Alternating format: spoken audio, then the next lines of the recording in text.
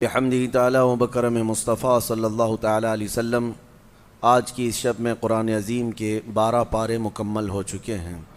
اللہ عز و جل بقیہ قرآن عظیم کو صحیح تجوید سے پڑھنے اور آپ سب کو صحیح سماعت کرنے کی توفیق عطا فرمائے۔ آج ہم نے سورہ ہود کی تلاوت کی ہے اور سورہ یوسف کی تلاوت کی ہے۔ سورہ یوسف مکمل نہیں، لیکن تھوڑا حصہ اس کا باقی رہ گیا ہے۔ سورہ ہود یہ ایسی سورہ ہے جس کے متعلق نبی پاک صلی اللہ علیہ وسلم نے ارشاد فرمایا، سورہ ہود نے مجھے بوڑھا کر دیا۔ یہ رسول پاک صلی اللہ علیہ وسلم نے فرمایا، یعنی اس کے مفاہیم، اس کے تمام تر معانی اس قدر ہیں کہ آدمی اس میں غور و خوض کرتا رہ جائے، عمر اس کی نکل جائے۔ بہت سارے اہم پیغامات پچھلے انبیاء اکرام علیہم السلام کے متعلق، ان کی امتوں کی نافرمانیاں اور ان پر آئے ہوئے عذابات کا ذکر ہے۔ ساتھ ہی کفار و مشرکین کے لیے وہ چیلنج بھی ہے کہ وہ قرآن کی 10 صورتیں بنا کر کے لا کر کے دکھا دیں۔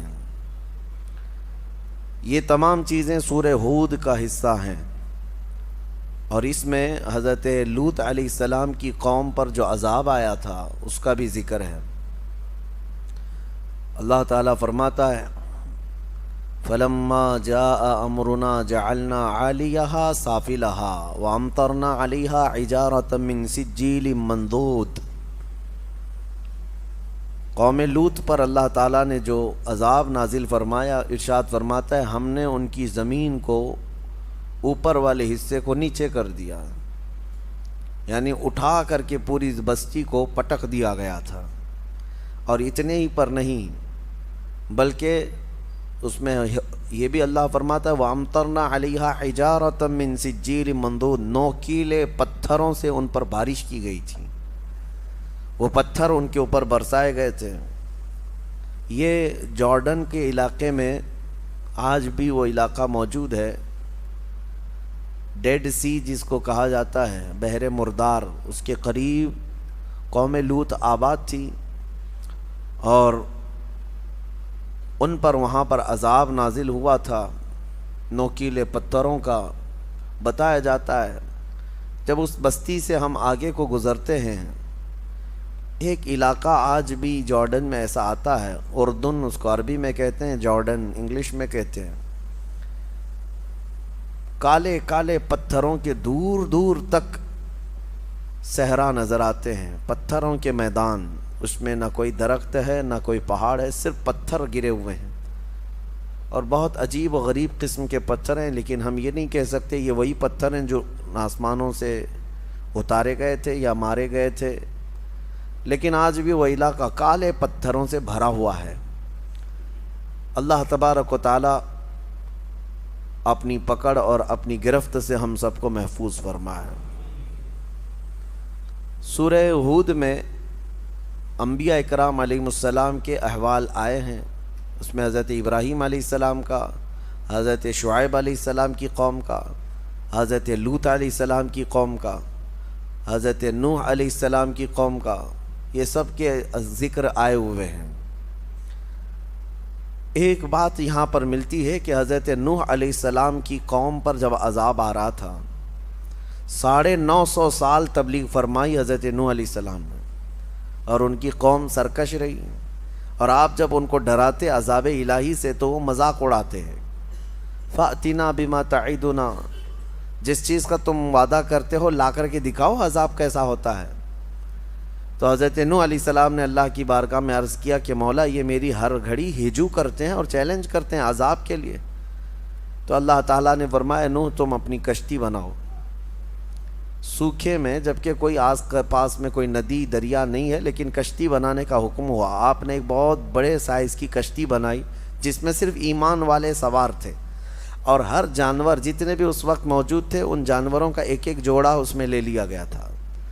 3 منزلیں کی وہ کشتی تھی، لکڑی کی بنائی ہوئی۔ اس وقت بھی ان کی قوم مذاق اڑا رہی تھی نوح علیہ السلام کے متعلق، کہ ان کا دماغ نکل گیا ہے، ذہن توازن کھو گیا ہے، یہ سوکھے میدان میں اتنی بڑی کشتی بنا رہے ہیں، آخر اس کو اٹھا کر لے جائے گا کون سمندر تک اگر ان کو جانا بھی ہے سفر پہ تو۔ لیکن اس کے بعد وہ دن آیا جو عذاب الہی کا تھا، بارش شروع ہوئی، اور بارش کے متعلق قرآن میں اللہ فرماتا ہے ہم نے آسمانوں کے سارے دروازے کھول دیے اور زمین کے سارے سوتے پھاڑ دیے۔ زمین بھی پانی اگل رہی تھی، آسمان بھی پانی برسا رہا تھا، یہاں تک کہ پانی بھرتا گیا، روئے زمین پر کوئی پہاڑ بھی باقی نہیں رہا جو ڈوبنے سے باقی رہا ہو، سب ڈوب چکے تھے۔ اب اس میں حضرت نوح علیہ السلام کی بیوی نافرمان تھی، کافرہ تھی۔ حضرت نوح علیہ السلام اللہ کے نبی ہیں، لیکن بیوی ان کی سرکش تھی، نافرمان تھی، کافروں کی مدد بھی کرتی تھی۔ اسی طرح لوط علیہ السلام کی بیوی بھی سخت بدکار تھی، گنہگار تھی اور کافرہ تھی۔ دو نبیوں کا ذکر اس سے قبل بھی آیا، اور آگے بھی آپ دیکھیں گے کہ اللہ تعالیٰ نے ان دونوں عورتوں کی مثال بھی بیان فرمائی ہے 29ویں پارے میں۔ حضرت نوح علیہ السلام کی بیوی ان پر کبھی ایمان نہ لائی، اور ان کا ایک بیٹا تھا حضرت نوح علیہ السلام کا، وہ بھی آپ پر ایمان نہیں لایا۔ اب جب بارش آنے لگی بہت تیز اور پانی بھرنے لگا، کشتی تیرنے لگ گئی، تو ایک پدری محبت ہوتی ہے جس کو کہتے ہیں شفقت پدری، یعنی باپ کی محبت اپنے بیٹے کے لیے ہر ایک کے دل میں کچھ نہ کچھ ہوتی ہے، چاہے کیسا بھی بیٹا ہو۔ تو حضرت نوح علیہ السلام پکارنے لگے اس کو کہ بیٹا آ جا میری کشتی میں، تو بچ جائے گا۔ تو وہ ڈھیٹ بن کر کے اکڑتا رہا اور کہا میں اونچے پہاڑ پر چڑھ جاؤں گا، مجھے تمہاری کشتی کی ضرورت نہیں، اپنے باپ کے خلاف گیا۔ تو حضرت نوح علیہ السلام کو غم ہوا کہ میرا بیٹا میری مانتا نہیں ہے، میرے خلاف ہے۔ توجہ، اللہ کے نبی کو حکم کیا ہوا؟ اللہ نے فرمایا قال یا نوح انہ لیس من اہلک، اے نوح وہ آپ کی اولاد میں سے ہے ہی نہیں، آپ کیوں غم کرتے ہیں اس بات کا؟ انہ عمل غیر صالح فلا تسألنی ما لیس لک بہ علم انی اعیذک ان تکون من الجاہلین۔ حضرت نوح علیہ السلام کو تنبیہ کی گئی، اللہ کی طرف سے تنبیہ آئی آپ اس چیز کا سوال نہ کریں۔ وہ اللہ کی بارگاہ میں مانگ رہے تھے کہ مولا میرے اہل کو بچا لے، میرے اولاد کو بچا لے۔ پورا واقعہ اس میں موجود ہے کہ جب اللہ کے نبی کشتی پر سوار ہوئے تو کہا یا بنی ارکب معنا ولا تکن مع الکافرین، بیٹا آ جا کافروں کے ساتھ مت جا۔ قال سآوی الی الجبل یعصمنی من الماء، میں اونچے پہاڑ پر چڑھ جاؤں گا، مجھے پانی سے کوئی چیز نہیں چھو بھی نہیں پائے گی۔ اللہ نے فرمایا کہ پھر حضرت نوح علیہ السلام نے اس سے پکار کر کہا لا عاصم اليوم، تجھے پتہ نہیں آج کوئی بچانے والا نہیں ہے، یہ عذاب کا دن ہے، انہ من امر اللہ، یہ اللہ کا حکم ہے۔ لیکن پھر بھی وہ نہ مانا، ہلاک ہو گیا، پانی میں ڈوب گیا، ختم ہو گیا۔ تو پھر نوح علیہ السلام کو جو بیٹے کی محبت تھی اس پر اللہ نے تنبیہ فرمائی کہ وہ آپ کی اولاد میں سے ہے ہی نہیں۔ پتہ یہ چلا کہ نبی کا نافرمان ہو تو اولاد میں سے ہو کر بھی وہ نہ کے برابر ہوتا ہے، نہ کے برابر ہے۔ اگر کافر ہے تو اس کا نسب ختم ہو گیا، اس کا نسب ختم ہو گیا۔ ہاں نبی کے اولاد میں سے وہی ہوں گے جو ایمان والے ہوں گے، ایمان والوں کو ہی آل بھی کہا جائے گا، اہل بھی کہا جائے گا، ایمان والے ہوں، ورنہ نسب ختم ہو جاتا ہے۔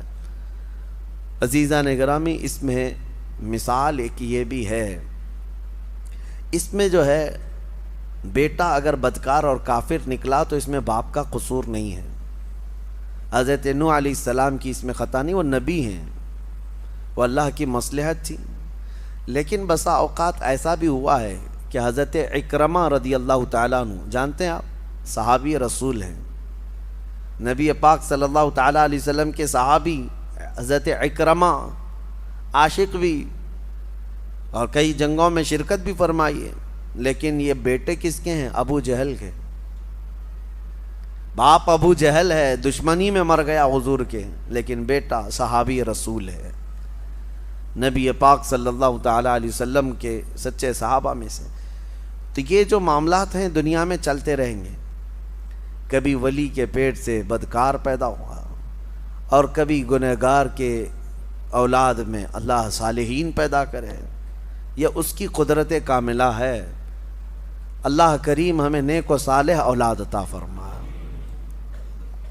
اور سورہ یوسف کے متعلق قرآن کہتا ہے نحن نقص علیک احسن القصص۔ قرآن میں جو ہے 1/3 حصہ قرآن کا واقعات ہیں پچھلے امتوں کے، 1/3 اس میں پچھلی امتوں کے واقعات، پچھلے نبیوں کے واقعات عبرت کے لیے بتائے جاتے ہیں۔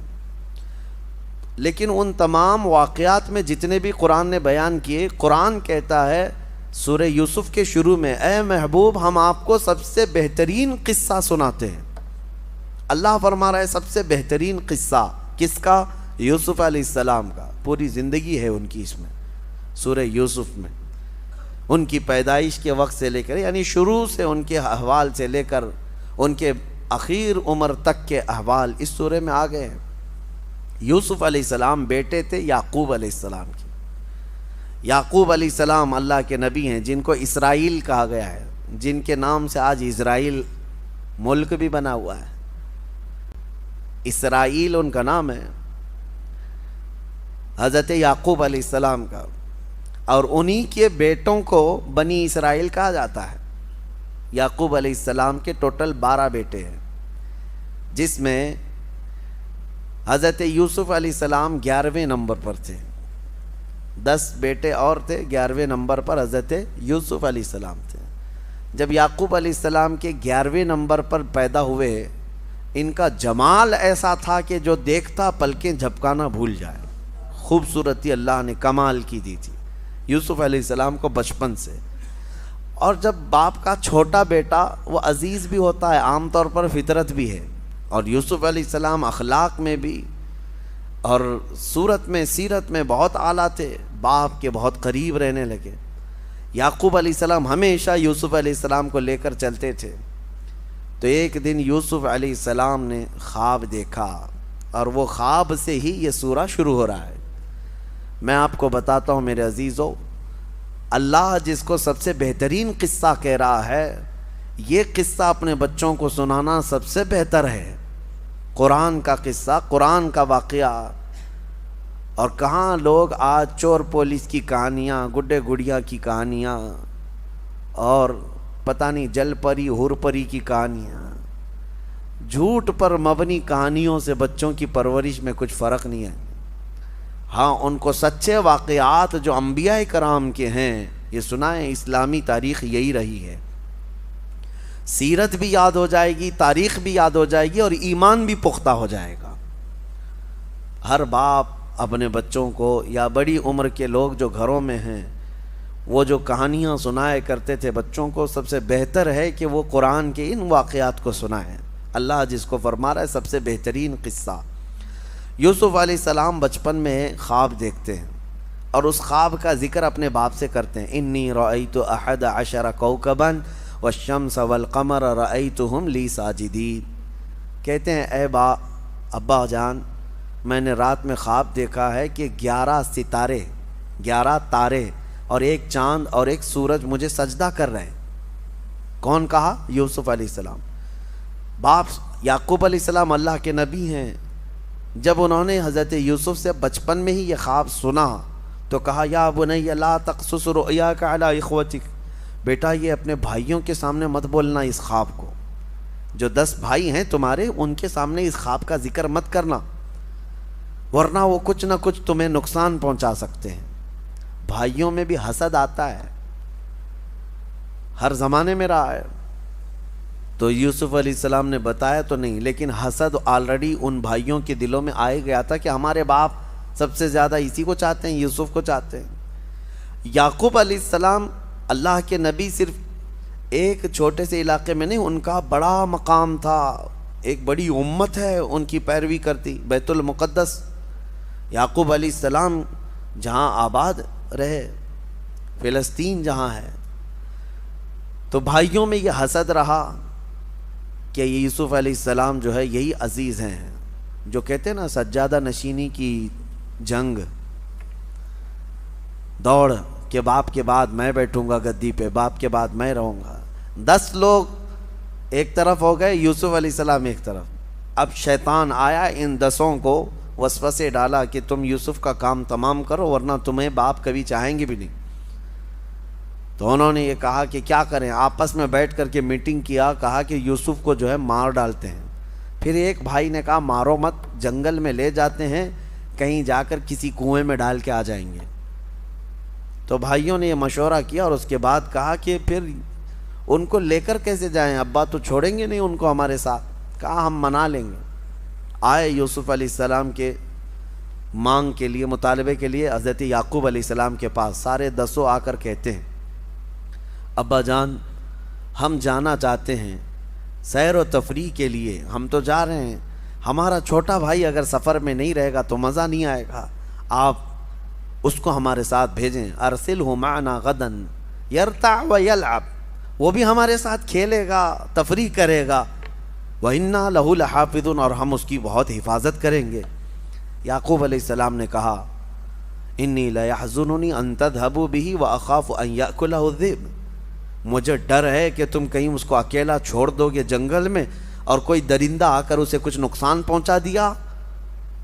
تو بھائیوں نے کہا اگر ایسا ہوا کہ ہم اس کی حفاظت نہیں کریں گے تو پھر ہم پر لعنت ہے، ہم کیسے بھائی ہوں گے، ہم یوسف کی پوری حفاظت کریں گے۔ جب یقین دلایا تو یوسف علیہ السلام کو بھیج دیا والد گرامی نے، لے کر کے پلان کے مطابق آئے جنگل میں، اور آنے کے بعد تھوڑی دیر کھیلنے کے بعد 10 نے مل کر کے یوسف علیہ السلام کو جنگل میں موجود ایک کنویں میں ڈھکیل دیا۔ بہت پرانا کنواں تھا، زہریلے سانپ اس کنویں کے اندر موجود تھے۔ انہوں نے ڈھکیل تو دیا لیکن اللہ کا حکم ہوا کہ فوراً جبرائیل امین آئے، یوسف علیہ السلام کو پکڑ کر کنویں میں ایک جگہ بٹھا دیا، اور جتنے موذی جانور تھے سب کو حکم ہو گیا کہ تمہیں یہ ایذا دینے کے لیے نہیں، یہ اللہ کے نبی ہیں، ان کی حفاظت کرو۔ کوئی ایک سانپ نے بھی ٹچ نہیں کیا۔ ہاں، موذی جانور اللہ کے نبیوں کو ایذا نہیں دیتے۔ یوسف علیہ السلام کو جو نبوت ملی وہ اسی کنویں میں ملی۔ چھوٹی عمر میں جن لوگوں کو نبوت دی گئی ہے وہ 3 نبیوں کا ذکر آتا ہے۔ ایک حضرت یوسف علیہ السلام جو کنویں میں ان کو نبوت ملی، دوسرے حضرت یحییٰ علیہ السلام بچپن میں ہی، اور تیسرے عیسیٰ علیہ السلام پیدا ہوتے ہی نبی بن کر کے آئے۔ یعنی یہ ظاہری دنیا میں جو کم عمر میں جن کی نبوت ہوئی، ورنہ نبوت کے متعلق میرے آقا صلی اللہ علیہ وسلم سے پہلے کسی کی نبوت نہیں۔ ہاں، وہ اس وقت بھی نبی تھے جب آدم علیہ السلام پیدا بھی نہیں ہوئے تھے۔ اب کنویں میں ڈھکیل دیا، واپس آ کر کے جنگل میں پلان کرنے لگ گئے کہ اب کیا کریں گے۔ تو انہوں نے ایک بھیڑیے کو پکڑ کر کے اس کو کاٹ دیا، کاٹ کر اس کا خون، یوسف علیہ السلام کا جبہ نکال کر اس کو خون لگا دیا جگہ جگہ۔ یوسف علیہ السلام کو دھکیلنے سے پہلے ان کا جبہ اتار لیا ہوگا، اس کو خون لگا دیا، اور اس کے بعد رات کو روتے دھوتے اپنے گھر آئے اپنے باپ کے پاس۔ وَجَاءُوا عَلَىٰ قَمِيصِهِ بِدَمٍ كَذِبٍ، جھوٹے خون کے ساتھ آئے باپ کے پاس اور پھر رونے لگے۔ قالوا یا ابانا انا ذهبنا ونستبق وتركنا يوسف عند متاعنا فاكله الذئب، ابا جان ہم کھیل رہے تھے، ہمارے سامان کے پاس یوسف کو بٹھائے تھے ہم، اور ہم کھیل میں مصروف تھے، اچانک ایک بھیڑیا آیا اور یوسف کو کھا گیا، لے چلا گیا۔ آپ کو یقین نہیں آئے گا، وما انت بمؤمن لنا، آپ ہم پر یقین نہیں کریں گے، ہمیں پتہ ہے، لیکن دیکھیے یہ ہم جبہ لے آئے ہیں۔ وجاءوا علی قمیصہ بدم کذب، یہ خون لگا ہوا ان کا قمیص ہے یوسف علیہ السلام۔ تو حضرت یعقوب علیہ السلام کہنے لگے مجھے پہلے سے معلوم تھا کہ اس طرح کا حادثہ ہو جائے گا، واللہ المستعان، اب اللہ ہی مددگار ہے، فصبر جمیل، صبر سب سے بہتر ہے۔ یوسف علیہ السلام کے جانے کے بعد یعقوب علیہ السلام ان کے غم میں بہت روئے، اپنے بیٹے کی یاد میں روتے روتے ان کی آنکھیں چلی گئیں، بینائی ختم ہوئی یعقوب علیہ السلام کی۔ اب انہوں نے جو کام کیا صرف حسد کے مارے کیا، اپنے بھائی کو کنویں میں ڈال دیا۔ یاد رکھیں میرے آقا صلی اللہ علیہ وسلم کی حدیث ہے، من حفر لاخیہ حفر اللہ لہ، جو اپنے بھائی کے لیے کنواں کھودتا ہے اللہ اس کے لیے کنواں کھودتا ہے۔ ہاں، یہ صرف یوسف علیہ السلام کے بھائیوں کے ساتھ ہی نہیں ہوا، آج بھی یہ فارمولہ ہے۔ اگر آپ کسی کے لیے گڑھا کھود رہے ہیں، اللہ آپ کے لیے کوئی گڑھا تیار فرمائے گا جس میں تم بھی جا کے گرو گے۔ کسی مسلمان کو پھنسانے کی کوشش کرنا یہ گڑھا کھودنا ہے، کسی مسلمان کو کہیں گرانے کی کوشش کرنا یہ اس کے لیے گڑھا کھودنے کی طرح ہے۔ یہ فارمولہ آج بھی چلے گا اور قیامت تک چلے گا کہ جو اپنے بھائی کے لیے گڑھا کھودتا ہے اللہ اس کے لیے گڑھا تیار فرماتا ہے۔ اب یہ آئے حضرت یعقوب علیہ السلام نے یہ کام کس کے لیے کیے تھے؟ کس لیے کیے تھے کہ یوسف ہٹ جائے گا تو ہم باپ کے قریب ہو جائیں گے۔ الٹا ہو گیا، یعقوب علیہ السلام نے ان 10 کو دور کر دیا، کہا کہ تم میرے قریب بھی مت آنا آج کے بعد۔ کام کس کے لیے کیے تھے؟ قریب ہونے کے لیے، لیکن یہ چال الٹی پڑ گئی۔ یعقوب علیہ السلام ہمیشہ کے لیے ان کو دور کر دیے، تم دور ہو جاؤ سب کے سب۔ اب یہ معاملہ چلتا رہا۔ اب قرآن میں اللہ فرماتا ہے ایک قافلہ گزر رہا تھا اس جنگل سے، اس قافلے نے وہاں پڑاؤ کیا تھا۔ تو قافلہ یہ مصر جا رہا تھا، قافلے میں سے کسی نے پانی لانے کے لیے کنواں تلاشا اور کنواں قریب میں تھا، ڈول ڈالا تو ڈول ڈالتے ہی حضرت یوسف علیہ السلام اس ڈول کو پکڑ کر کے اوپر آ گئے، کنویں کے اوپر آ گئے۔ اللہ تعالیٰ جس کو جہاں چاہے محفوظ رکھے، جہاں چاہے لے جائے۔ میں آپ کو یوسف علیہ السلام کا یہ واقعہ بتاتا ہوں، ان کا سفر دیکھیں کہاں سے شروع ہوا، کہاں سے شروع ہوا۔ حاسدین کے شکار ہوتے رہے لیکن سفر بڑا لمبا ہے یوسف علیہ السلام کا۔ اس کے بعد اس قافلے والوں نے جب دیکھا حسین و جمیل خوبصورت بچہ ہمارے پاس آیا ہے تو لے کر کے قافلے کے امیر کے پاس لائے، کہا کہ یہ تو فرشتہ معلوم ہوتا ہے۔ ظاہر سی بات ہے وہ حسن و جمال ان کا ایسا تھا کہ کوئی انسان ان کی طرح دکھتا نہیں تھا، بہت حسین و جمیل۔ کہا یہ فرشتہ معلوم ہوتا ہے۔ قافلے والوں نے ساتھ لے لیا، اور جب وہ راستے سے چلتے تو جہاں سے چلتے لوگ ان کو دیکھنے کے لیے بھیڑ لگاتے۔ جب مصر پہنچے تو قافلے کے امیر نے یہ سوچا کہ مفت میں کیوں دکھاؤں، پیسے لے کر کے دکھاؤں گا۔ اس نے ریٹ لگایا، روزانہ جس کو بھی دیکھنا ہے یوسف کو 1 درہم دے گا اور دیکھ کر کے جائے۔ دوپہر کے بعد 10 درہم لینے لگا، شام کے بعد 100 درہم لینے لگا۔ کمایا، خوب کمایا، کس کو؟ صرف حضرت یوسف علیہ السلام کو دکھا کر۔ مصر کے بازار میں یوسف علیہ السلام کا حسن دیکھنے کے لیے لوگوں کی بھیڑ تھی۔ جب خبر پھیل گئی بڑے بڑے امیر بھی وہاں آئے۔ اب لوگوں میں دوسرے دن ان کے بیچنے کی بات شروع ہو گئی، بولی لگا دیا اس نے، قافلے کے امیر نے، کہ جس کو خریدنا ہے میرے پاس سے اس کو خریدے۔ بڑے بڑے پیسے والے یہ چاہتے تھے کہ یہ خرید کر کے اس نوجوان کو ہم اپنے پاس رکھ لیں۔ اور عزیز مصر، اس وقت جو مصر کا حاکم تھا اس کو عزیز مصر کہا جاتا ہے، اس کی بیوی زلیخا، تاریخ میں ان کا نام موجود ہے، عزیز مصر کی بیوی زلیخا، یہ دیکھتے ہی اس قدر فدا ہو گئی کہ یہ نوجوان کو لے کر کے چلیں۔ عزیز مصر نے بہت بڑی قیمت دے کر کے یوسف علیہ السلام کو خرید لیا اپنی بیوی کی وجہ سے، لے کر کے آیا اپنے گھر پر رکھا۔ یوسف علیہ السلام کا سفر دیکھیں کہاں سے شروع ہوا ہے، ان کے گھر سے، ان کے باپ کے گھر سے، ان کے بھائیوں کے حسد کے شکار ہوئے ہیں، اور قافلے وہاں جا کر کے کنویں میں گرا دیے گئے، کنویں سے نکالے گئے، قافلے کے ہاں چڑھ گئے، قافلے میں آئے بازار میں بک گئے، بازار سے آئے عزیز مصر کے گھر میں پہنچ گئے۔ عزیز مصر کے گھر میں آئے تو ایک بات پھیل گئی شہر میں کہ زلیخا جو ہے ایک نوجوان کی عاشق ہو گئی ہے، فدا ہو گئی۔ یہ باتیں عورتوں میں بہت پھیلنے لگیں، تو زلیخا نے کیا کیا کہ ان عورتوں نے دیکھا نہیں یوسف کو، اس لیے اس طرح کی باتیں بنا رہی ہیں۔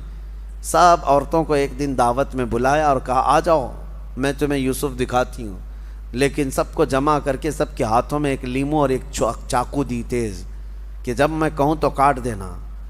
تو پھر سب عورتوں کے ہاتھ میں، جب اس شہر کی سب رئیس عورتیں بیٹھی تھیں، حضرت یوسف علیہ السلام کو اچھے لباس کے ساتھ سجا کر کے زلیخا لے آتی ہے، عورتیں انہیں دیکھنے میں مصروف ہیں۔ حکم ہوا زلیخا کا کہ لیمو کاٹ دیں، عورتیں دیکھتے دیکھتے ایسی ماہ ہو گئی کہ ان کے ہاتھوں سے لیمو گر گیا اور چاروں انگلیاں کٹ گئیں، تیز چاقو تھی، سب کی انگلیاں کٹ گئی۔ پتہ یہ چلا کہ انسان کبھی اتنا مدہوش ہوتا ہے کہ اس کو کٹنے کا احساس نہیں ہوتا۔ اسی لیے امام اعظم نے فرمایا ہے کہ یوسف علیہ السلام کا حسن دیکھتے ہوئے عورتوں کی انگلیاں کٹ گئیں، انہیں پتہ نہیں چلا. انشاءاللہ موت کے وقت ہم جمال مصطفیٰ دیکھ رہے ہوں گے اور ہمیں روح نکالنے کا درد نہیں ہوگا.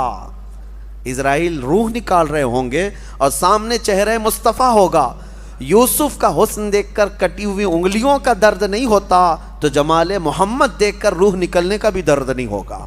حسن یوسف پہ کٹی مصر میں انگشت زنا، سر کٹاتے ہیں تیرے نام پہ مردان عرب. اعلیٰ حضرت نے فرمایا انگلیاں کٹ گئیں. پھر یوسف علیہ السلام گئے تو دیکھتی ہیں فلما سمعت بمکرہن، یہاں سے آیت ہیں قطعنا ایدیہن، اللہ فرماتا ہے وہ سب تو اپنے ہاتھ کاٹ لیں. بعد میں انہیں احساس ہوا کہ لیمو تو نہیں کٹا، انگلیاں کٹ گئی ہیں. اب یہ کاٹی نہیں ہے، یہ کیا ہوا ہے؟ کٹی ہیں. کاٹنا اور ہوتا ہے، کٹ جانا اور ہوتا ہے. نبی پاک صلی اللہ تعالیٰ علیہ وسلم کے عاشق حضور کو دیکھ کر کے نہیں بلکہ صرف حضور کے نام پر اپنی انگلیاں نہیں بلکہ گردن بھی کٹا دیتے ہیں. ہاں، ادیب لائل پوری نے بہت اچھے انداز میں فرمایا، جو ان کی ایک طویل بحر والی نعت ہے عشق کے رنگ میں جب رنگ جائیں افکار، اس میں انہوں نے کہا ایک شہنشاہ نے بخشے ہیں سمرقند و بخارا کسی محبوب کے رخسار کے تل پر، مگر اے سید عالی تیری ناموس تیری عظمت پر. یعنی بادشاہ تھا. سمرقند اور بخارا جو ہے دو شہر ہیں، یہ آج ازبکستان میں ہیں. سمرقند اور بخارا یہ شہر جو ہے بادشاہ نے اپنی محبوبہ کو گفٹ میں دیے تھے. دو شہر دے دیے تھے گفٹ میں. کیوں؟ اس کی محبوبہ کے رخسار پر گال پر ایک تل ایک نشان تھا اور وہ بادشاہ کو بڑا پسند تھا. وہ تل کے نشان پر اس نے دو شہر قربان کیے، گفٹ میں دے دیے.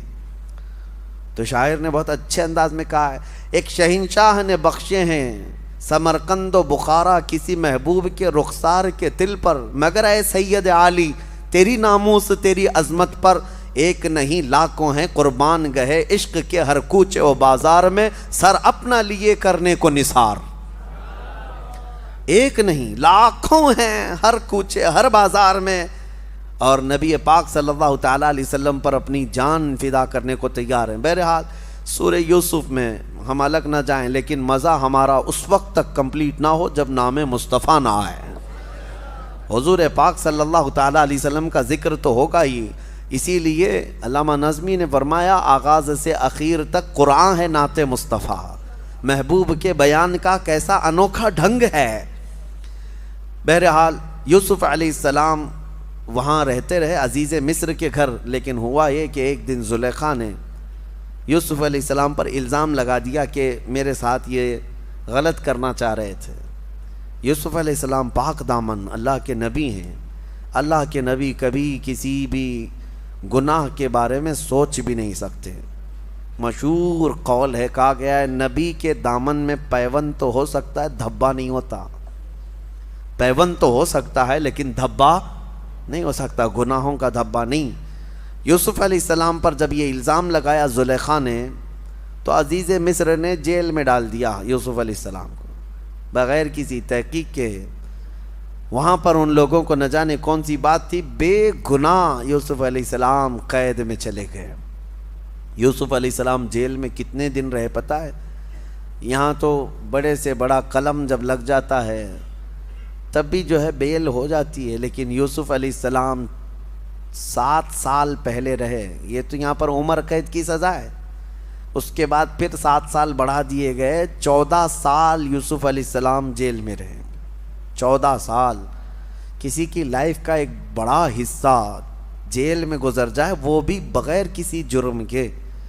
میرے عزیزو، آج بہت سارے ہمارے نوجوان جیلوں میں قید ہیں. میں ان سے کہتا ہوں ہمارے تو گناہ ہیں، ہماری تو خطائیں ہیں. اگر ہم جیلوں میں بند ہو جائیں بیٹھ جائیں تو صبر کر لینا چاہیے. اس نبی کو دیکھ کر کے جس کا دامن پورا پاک تھا پھر بھی 14 سال جیل کے اندر بیٹھے رہے. اور اللہ کریم کہاں سے کہاں تک لے جاتا ہے تمہیں اس کا اندازہ بھی نہیں. جیل تک پہنچ گئے یوسف علیہ السلام. باپ کی نگرانی سے نکل کر کے بھائیوں کے ہاتھ، بھائیوں کے ہاتھوں سے کنویں میں، کنویں سے نکل کر کے قافلے کے ہاتھ، قافلے سے آ کر بازار میں، بازار سے آ کر عزیز مصر کے گھر میں، عزیز مصر کے گھر سے نکل کر پھر جیل میں، جیل میں 14 سال گزرے۔ وہاں 2 قیدی اور بھی تھے، انہوں نے خواب دیکھے۔ یوسف علیہ السلام کا ایک معجزہ ہے، خوابوں کی تعبیر بیان کرتے تھے، سچی سچی تعبیر۔ تو وہ دونوں قیدی جو ہے انہوں نے ایک بار خواب دیکھا، اس خواب کا بھی ذکر قرآن میں آیا ہے۔ وقال الآخر انی ارانی اعصر خمرا ودخل معه السجن فتيان قال احدهما انی ارانی اعصر خمرا وقال الآخر انی ارانی احمل فوق رأسی خبزا تأکل الطیر منه۔ دونوں نے خواب دیکھا تھا، ایک نے دیکھا میں انگور کا رس نچوڑ رہا ہوں، اور دوسرے نے دیکھا میں ایک تھال میں کوئی چیز لے کر جا رہا ہوں، پرندے روٹی جو ہے نوچ نوچ کر کھا رہے ہیں، ان کی کیا تعبیر ہے؟ یوسف علیہ السلام نے فرمایا میں تعبیر بتاؤں گا، میرا ایک کام کرنا ہے۔ اب 14 سال کے بعد عزیز مصر بدل گیا تھا، بادشاہ مصر ختم ہو گیا، وہ پہلے والا جو زلیخا کا شوہر تھا ختم ہو گیا، دوسرا عزیز مصر تھا اس وقت جو تھا مصر کا بادشاہ۔ یوسف علیہ السلام نے خواب کی تعبیر بتانے سے پہلے کہا میں تعبیر بتاؤں گا، ان میں سے ایک آدمی رہا ہونے والا ہے، آزاد ہونے والا ہے، لیکن وہ جا کر کے بادشاہ کے پاس میرا پیغام پہنچا دے۔ نہیں، یہ واقعہ جو ہے حضرت یوسف علیہ السلام کے جیل میں جب 7 سال گزرے تب کا ہے۔ آپ نے تعبیر میں بتایا جس کے سر کے اوپر سے روٹیاں کھا رہے تھے پرندے، اس کو موت کی سزا ہونے والی ہے، اور جس کے خواب میں تو نے دیکھا کہ انگور کا رس نچوڑ رہا ہے، عنقریب تجھے آزادی کا پروانہ ملنے والا ہے۔ تھوڑے ہی دن کے بعد حکم آیا جیل کا یہی کہ ان میں سے ایک آدمی کو پھانسی کی سزا ہے اور دوسرے کو جو ہے رہائی مل گئی۔ جو آزاد ہوا وہ چلا گیا، لیکن جانے کے بعد بھول گیا یوسف علیہ السلام کا پیغام وہاں بادشاہ مصر تک پہنچایا بھی نہیں کہ ایک قیدی اندر بغیر کسی جرم کے قید ہے، نہیں بتایا۔ 7 سال پھر گزر گئے۔ اب جو بادشاہ مصر تھا اس نے خود خواب دیکھا، وہ بھی خواب کا ذکر اس سورہ میں موجود ہے۔ وقال الملك انی ارى 7 بقرات سمان یأکلهن 7 عجاف۔ بادشاہ نے خواب میں یہ دیکھا کہ 7 موٹی تازی بھینسیں ہیں خواب میں، اور 7 سوکھی بھینسیں ہیں، اور 7 ہری گھاس کے اوٹ اور 7 سوکھی ہوئی گھاس کے اوٹ، اور اسے کچھ سمجھ میں نہیں آئے کیا چیزیں۔ صبح اٹھ کر کے نجومیوں سے پوچھنے لگا اس خواب کی تعبیر کیا ہے۔ نجومی جو جوتش ہوتے ہیں وہ اٹکل پچھو مارتے رہتے ہیں، یہ بھی ہو سکتا ہے وہ بھی ہو سکتا ہے، ایگزیکٹ کوئی نہیں بولتا۔ ہاں، آج ہمارے بھی لوگ صبح اٹھ کر کے راشی دیکھنے پہ بیٹھے رہتے ہیں، اور بہت سارے چینل تو یہی چلا بھی رہے ہیں کہ ان کو روزانہ وہ بتانا رہتا ہے آج شنی یہاں دیکھ رہا ہے، آج شنی وہاں دیکھ رہا ہے، اور ان کو خود پتہ نہیں ان کا شنی کہاں دیکھ رہا ہے۔ اور بہت سارے لوگ اس پر ایسا بلیو کر کے چلتے ہیں۔ ہاں، میں نے دیکھا ایک صاحب راستے میں آدھا سفر کر کے واپس بھاگ رہے تھے کار چلاتے ہوئے، ہماری ملاقات ہوئی، کیوں باہر پھر واپس کیوں جا رہے ہیں؟ کہا یہ جو شرٹ ہے نا، لال شرٹ، منع کیا گیا آج لال شرٹ مجھے نہیں پہننا ہے، ہمارے گرو نے آج منع کیا اس لیے کھولنے جا رہا ہوں۔ کہا ہوگا کیا؟ کہا نہیں، انہوں نے کہا ہے کہ آج تمہیں یہ کپڑا نہیں پہننا ہے۔ یہ تمام چیزوں پر چلتے رہتے ہیں۔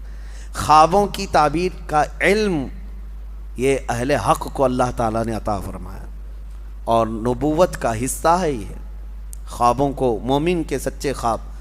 یوسف علیہ السلام جیل میں رہے، بادشاہ نے جب یہ خواب بتایا تو کوئی نجومی بتا نہیں سکا۔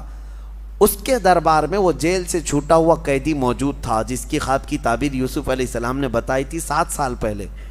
اس نے کہا کہ میں قیدی ایک ایسے شخص کو جانتا ہوں جیل میں جو ناحق قید میں ہے اور وہ خوابوں کی سچی سچی تعبیر بتاتا ہے۔ یوسف علیہ السلام کے پاس بادشاہ نے بھیجا، جاؤ اس سے خوابوں کی تعبیر پوچھ کے آؤ۔ افتنا فی 7 بقرات۔ یوسف علیہ السلام کے پاس جا کر کے لوگوں نے پوچھا ہمارے بادشاہ نے ایسا ایسا خواب دیکھا۔ یوسف علیہ السلام نے فرمایا مجھے یہاں سے آزاد کرو، میں خواب کی تعبیر بتاتا ہوں۔ بادشاہ نے بڑے اعزاز کے ساتھ طلب کیا، آپ نے بتایا تیرے خواب کی تعبیر یہ ہے کہ اب تیرے ملک میں 7 سال خوشحالی کے آئیں گے، بہت غلہ اناج سب ہوگا۔ اس کے اچانک 7 سال کے بعد والے جو 7 سال ہوں گے بہت سوکھا پڑ جائے گا، لوگ کنگال ہوں گے، مفلس ہو جائیں گے، یہاں تک کہ ان کا سارا سامان بک جائے گا، لوگ بھی اپنے آپ کو بیچ دیں گے، تو کروں کیا؟ بادشاہ نے پوچھا، کہا کہ 7 سال جو ہوں گے انہی میں ذخیرہ جمع کر لو کہ اگلے 7 سال جب سوکھا پڑے گا تو یہ جمع شدہ مال تم اپنے رعایا پر خرچہ کرو گے۔ بادشاہ کو یہ تعبیر پسند آئی اور اس نے دیکھا بھی کہ 7 سال اتنی خوشحالیاں آئیں تو اس نے سب جمع کرنا شروع کیا۔ پھر یوسف علیہ السلام کو اس نے آزاد کر کے اپنے وزیروں میں شامل کر لیا، وزیروں میں شامل کر لیا۔ اب کہاں سے سفر کہاں پہنچا؟ اللہ فرماتا ہے وَكَذَلِكَ مَكَّنَّا لِيُوسُفَ فِي الْأَرْضِ، ہم نے یوسف کو اسی طرح زمین کا قرار عطا کیا، جیل سے نکال کر سیدھا وزیر اعظم۔ حضرت یوسف علیہ السلام وہاں پہنچے، 7 سال کے بعد جب سوکھا پڑ گیا ہر جگہ، مصر میں ایسا سوکھا پڑ گیا تھا کہ لوگ اپنے آپ کو بیچنے پر مجبور ہو گئے تھے، اور جب بادشاہ کے ہاں سے غلہ تقسیم ہو رہا تھا رعایا کو، یوسف علیہ السلام کے وہ 10 بھائی یعقوب علیہ السلام کے ساتھ جو زمانہ بیت گیا، ان کے ہاں بھی مفلسی ایسی آئی، غربت ایسی آئی، قحط، وہ بھی بادشاہ کے ہاں غلہ لینے کے لیے آ گئے۔ اب اس وقت یوسف علیہ السلام وزیر اعظم ہیں، بادشاہ کے ہاں وزیر اعظم ہیں۔ بھائی جب آ رہے تھے، اتفاق کی بات یہ ہے کہ یوسف علیہ السلام کے غم میں جب یعقوب علیہ السلام بہت رونے لگے تو اللہ نے ان کو ایک اور بیٹا عطا کیا جن کا نام بنیامین تھا۔ بنیامین، آج یہ یہودی وہ نام رکھتے ہیں بنجامن، وہ بنیامین ہے، یوسف علیہ السلام کے چھوٹے بیٹے، اور حضرت یعقوب علیہ السلام اس بیٹے کو اب بہت زیادہ چاہتے تھے۔ یہ بات حضرت یوسف علیہ السلام کو معلوم تھی کہ میرے بعد میرا چھوٹا بھائی پیدا ہوا، اس کو یعقوب علیہ السلام اب دور کرتے ہی نہیں تھے۔ اب یہ 10 بھائی آئے تھے جب بادشاہ کے یہاں پہنچے غلہ لینے کے لیے، حضرت یوسف علیہ السلام نے تو ان کو پہچان لیا، لیکن وہ ان کو نہیں پہچانتے تھے۔ ان کو تو یہ لگا کہ کب کے ہم نے کنویں میں ڈال دیا، ختم ہو گئی کہانی، لیکن یوسف علیہ السلام موجود تھے۔ حضرت یوسف علیہ السلام نے ان بھائیوں کا غلہ روک دیا، کہا بانٹنے والے سے کہ ان کو پہلے طلب کرو۔ پوچھا کتنے لوگ ہیں تمہارے گھر میں؟ کہا ہم لوگ ہیں، ہمارے باپ ہیں، ہمارے ایک بھائی ہیں۔ کہا جاؤ اپنے چھوٹے بھائی کو بھی ساتھ میں لے آؤ، جب تک وہ نہیں آئے گا تمہیں غلہ نہیں دیا جائے گا۔ وہ 10 نے کہا ہمارے باپ ان کو نہیں بھیجتے۔ کہا کیوں نہیں بھیجتے؟ کہا ہمارے ایک بھائی کے ساتھ حادثہ ہوا تھا پہلے، اب ہمارے باپ اس چھوٹے بھائی کو نہیں بھیجتے۔ یوسف علیہ السلام نے کہا جب تک تمہارا وہ چھوٹا بھائی آئے گا نہیں تمہیں غلہ دیا نہیں جائے گا۔ واپس چلے آئے۔ باپ یعقوب علیہ السلام سے کہنے لگے جو عزیز مصر کا وزیر اعظم ہے وہ بڑا سخت آدمی ہے، وہ بڑا سخت آدمی ہے، وہ غلہ نہیں دیتا، آپ ہمارے چھوٹے بھائی کو ساتھ بھیجیں۔ حضرت یوسف علیہ السلام کے باپ یعقوب علیہ السلام کہنے لگے مجھے پھر خوف ہے کہ اس کے ساتھ بھی تم کچھ غلط نہ کر جاؤ۔ بہت روئے، 10 نے کہا ایک غلطی ہوئی، اب غلطی نہیں کریں گے، آپ بھیج دیں اللہ کے لیے۔ حضرت یعقوب علیہ السلام نے بھیج دیا۔ بڑی منت سماجت کرنے کے بعد جب یہ آئے اپنے چھوٹے بھائی کو لے کر کے، غلہ جب تقسیم ہو رہا تھا، یوسف علیہ السلام نے سب کو غلہ دیا اور چھوٹے بھائی کے تھیلے میں سونے کی کٹوری ڈال دی جس سے تقسیم ہوتا تھا غلہ، اور اس کے بعد وہ لوگ غلہ لے کر کے باہر نکلے تھے۔ یوسف علیہ السلام نے اعلان کیا کہ شاہی خزانے کی سونے کی کٹوری چوری ہو گئی ہے، چیکنگ کرو کس کے پاس ہے۔ سارے لوگوں کے تھیلے چیک کیے گئے تو حضرت بنیامین کے پاس ملی جو یوسف علیہ السلام کے چھوٹے بھائی تھے۔ حضرت یوسف علیہ السلام نے کہا پکڑو ان کو، گرفتار کر کے لائے۔ اب وہ 10 رونے لگے، گڑ گڑانے لگے، ہماری تو موت آ جائے گی، ہم اپنے باپ کے پاس جا نہ سکیں گے، چھوڑ دیں، ہم 10 کو لے لیں، اس کو چھوڑ دیں۔ یوسف علیہ السلام نے کہا نہیں، اسی کو ہم رکھیں گے، اسی کو ہم رکھیں گے، اور اس وقت تک ہم انہیں نہیں چھوڑیں گے جب تک تم اپنے باپ کو لے کر نہیں آتے۔ اب وہ بھائی رونے لگے، کہا ہمارے باپ نہیں آ سکتے، ان کی آنکھیں نہیں ہیں، بڑھاپا ہے، بہت غم میں روتے ہیں۔ حضرت یوسف علیہ السلام نے پوچھا کس غم میں روتے ہیں؟ کہا ان کا ایک عزیز بیٹا انتقال کر گیا۔ یوسف علیہ السلام کو رونا آ گیا، اپنے باپ کی محبت تھی کہ ابا جان اتنے سالوں سے میرے غم میں رو رہے ہیں۔ پھر حضرت یوسف علیہ السلام نے اپنا جبہ اتارا اور کہا ان بھائیوں کے ہاتھ میں دیا، کہا جانا اپنے باپ کے پاس اس جبے کو دے دینا، وہ آئیں گے، یہ جبہ لے کر کے ضرور آئیں گے، جاؤ یہ 10 یوسف علیہ السلام کا جبہ لے کر چلنے لگے. اس وقت تک بھائیوں کو نہیں معلوم یہ یوسف ہے. جب وہ لے کر کے چلنے لگے, سنو قرآن کہتا ہے فلما ان جاء البشیر, نہیں بلکہ یعقوب علیہ السلام کہتے ہیں انی لاجد ریح یوسف لولا ان تفندون.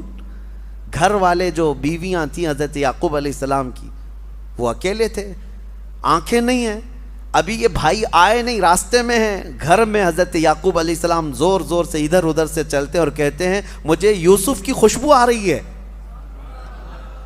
یوسف کی خوشبو آ رہی ہے. لوگوں نے کہا قالوا تاللہ انک لفی ضلالک القدیم. لوگوں نے کہا اللہ کی قسم آپ پرانی محبت میں کھوئے ہوئے ہیں, کہاں یوسف ابھی اس زمانے میں. یعقوب علیہ السلام کہنے لگے نہیں, مجھے میرے بیٹے کی خوشبو آ رہی ہے. نبی ہے جو اپنے بیٹے کی خوشبو سونگھ سکتا ہے. اور جب وہ جبہ لے کر کے بھائی پہنچے تو قرآن میں القاہ علی وجہہ, بھائیوں نے وہ جبہ لا کر یعقوب علیہ السلام کے منہ پر ڈال دیا. اللہ فرماتا ہے فرتد بصیرا, ان کی کھوئی ہوئی بینائی واپس آ گئی, آنکھیں واپس آ گئی, وہ دیکھنے لگ گئے. اللہ اکبر. قرآن کی آیتیں شاہد ہیں, ایک نبی کا جبہ دوسرے نبی کی آنکھیں لا رہا ہے, ایک نبی کا جبہ دوسرے نبی کو فائدہ دے رہا ہے, تو پھر نبی کا منہ مبارک امتی کو کیوں نہیں فائدہ دے سکتا؟ نبی کے قدم جہاں پر لگے وہ مٹی ہمارے لیے شفا کیوں نہیں ہو سکتی؟ یقیناً شفا ہے. یہ اپنے اپنے عقیدے کی بات ہے اور اپنے اپنے محبت کی بات ہے. وہ قرآن تو پڑھتے ہیں, شاید یہ آیت کھا جاتے ہوں گے. پوچھو ان کو یعقوب علیہ السلام کی آنکھیں واپس کیسے آئی تھی؟ وہ جبہ یوسف سے آئی تھی, جبہ یوسف سے آئی تھی. بہرحال یعقوب علیہ السلام چل کر کے آئے بھائیوں کے ساتھ. کتنے لوگ ہیں اب؟ 10 بیٹے یعقوب علیہ السلام کے, اور حضرت یعقوب علیہ السلام. ایک بیٹے تو وہاں گرفتار ہیں, بنیامین. اب جب پہنچے, مصر پہنچے, تو یعقوب علیہ السلام کے استقبال کے لیے یوسف علیہ السلام بادشاہ کے ساتھ خود باہر آئے. جب یعقوب علیہ السلام آئے, یوسف علیہ السلام کو دیکھا, وہ جمال جہاں آ رہا, اپنے بیٹے کو کیسے نہ پہچانتے. آپ نے کہا کہ اللہ نے یوسف کو میرے زندہ رکھا, یہ یوسف ہے. تو 10 بھائی نہیں 11 بھائی پورے کے پورے سجدے میں گر گئے, اور یعقوب علیہ السلام بھی سجدے میں گئے, اور بادشاہ مصر بھی سجدے میں گرا. اور اس کے بعد یہ سجدہ تعظیم کا سجدہ تھا یوسف علیہ السلام کے لیے, وہ اللہ کے رسول ہیں. جب سجدے سے اٹھے تو یعقوب علیہ السلام نے کہا بیٹا بچپن میں جو تو نے خواب دیکھا تھا اس خواب کی تعبیر یہی ہے. تو نے دیکھا تھا کہ 11 تارے مجھے سجدہ کر رہے ہیں, وہ 11 تارے یہ تیرے بھائی ہیں, انہیں آج تو معاف کر دے. اور جو چاند تو نے دیکھا تھا وہ عزیز مصر ہے, اور سورج جو تجھے سجدہ کر رہا تھا وہ اللہ کا نبی یعقوب ہے. یہ یوسف علیہ السلام کے بچپن کے خواب کی تعبیر یہاں مکمل ہوئی. پھر یوسف علیہ السلام نے اپنے بھائیوں کو معاف کر دیا, کہا لا تثریب علیکم اليوم, آج تمہاری پکڑ نہیں ہوگی, اللہ تمہیں معاف کرے گا. حکیم الامت احمد یار خان نعیمی رحمۃ اللہ علیہ فرماتے ہیں وہ نبی کو تکلیف دیے تھے, اور نبی کو تکلیف دینے والا معاف نہیں ہوتا. نبی کے ساتھ دھوکہ کیا, یوسف علیہ السلام کو کنویں میں ڈالا, تو اکثر یہ دیکھا ہے کہ نبیوں کو ایذا دینے والے معاف نہیں ہوتے, لیکن یہ ایک ہی تاریخ کا حصہ ہے, نبی کو کنویں میں ڈالے لیکن پھر بھی معاف ہوئے, پھر بھی معاف ہوئے. کتنا بہترین نقطہ بیان کیا حکیم الامت نے. وجہ یہ تھی کہ انہوں نے جو کیا تھا, یوسف علیہ السلام کو جو گرایا تھا, ایک نبی کو تو گرایا لیکن دوسرے نبی سے قریب ہونے کے لیے کیا تھا, یعقوب علیہ السلام سے قریب ہونا تھا. یہ ان کی خطا بھی کس کے لیے تھی؟ بھائیوں کی یہ جو خطا تھی اپنے بھائی کے ساتھ, وہ یعقوب علیہ السلام وہ بھی اللہ کے نبی ہیں, ایک نبی سے قریب ہونے کے لیے یہاں خطا ہوئی. فرمایا گیا نبی سے قریب ہونے کے لیے جو خطا ہوئی وہ اللہ کے ہاں معاف کر دی جائے گی, اللہ کے ہاں معاف کر دی جائے گی. اللہ کریم سورہ یوسف کے اس پورے قصے میں ہمیں اللہ تعالی ہماری زندگیاں عطا فرمائے, ہمیں ہماری اولاد کو بہترین سیرت پر چلنے کی توفیق عطا فرمائے. وآخر دعوانا ان الحمد للہ رب العالمین.